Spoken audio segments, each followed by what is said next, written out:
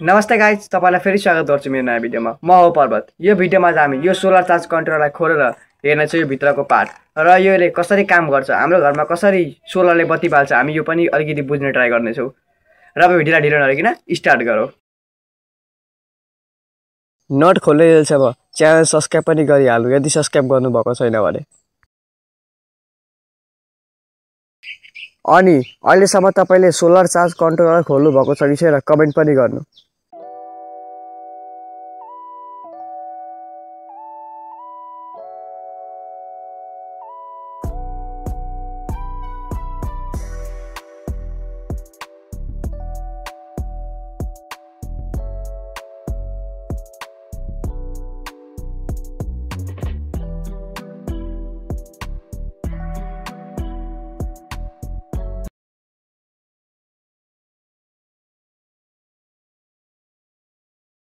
हेर्नु, भित्रबाट यो कुछ यस्तो देखिँदो रहेछ।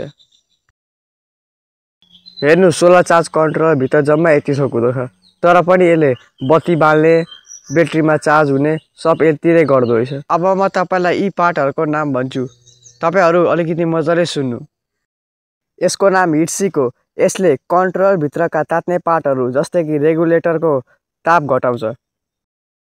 यसको नाम रेजिस्टर हो, जसले करेन्ट कन्ट्रोल गर्छ। यो एलइडी लाइट तपाईँहरूलाई थाहा भएकै कुरो हो। यसको नाम क्यापेसिटर हो। यसको काम भनेको हिट इनर्जीलाई स्टोर गर्ने। मैले सब पार्टहरूको नाम भन्न थालेँ भने भिडियो लामो हुन्छ, त्यसैले म तपाईँलाई एउटा इमेज देखाउँछु। यो इमेज ठ्याक्कै तपाईँ राखेर यो पार्टहरूलाई तपाईँहरूले मिलाउनु।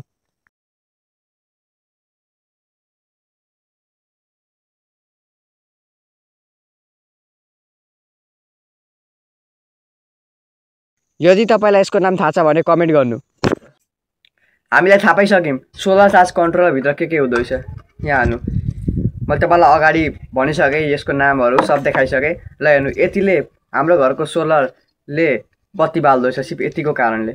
र तपाईँलाई यो भिडियो राम्रो लाग्यो भने लाइक गर्नु, र यस्तै खालको भिडियो हेर्न मन छ भने च्यानललाई गएर सब्सक्राइब पनि गर्न नबिर्सिनु। र आजको लागि भिडियोमा यति नै। तबसम्म जय नेपाल, बाई बाई, राम्ररी बस्नु।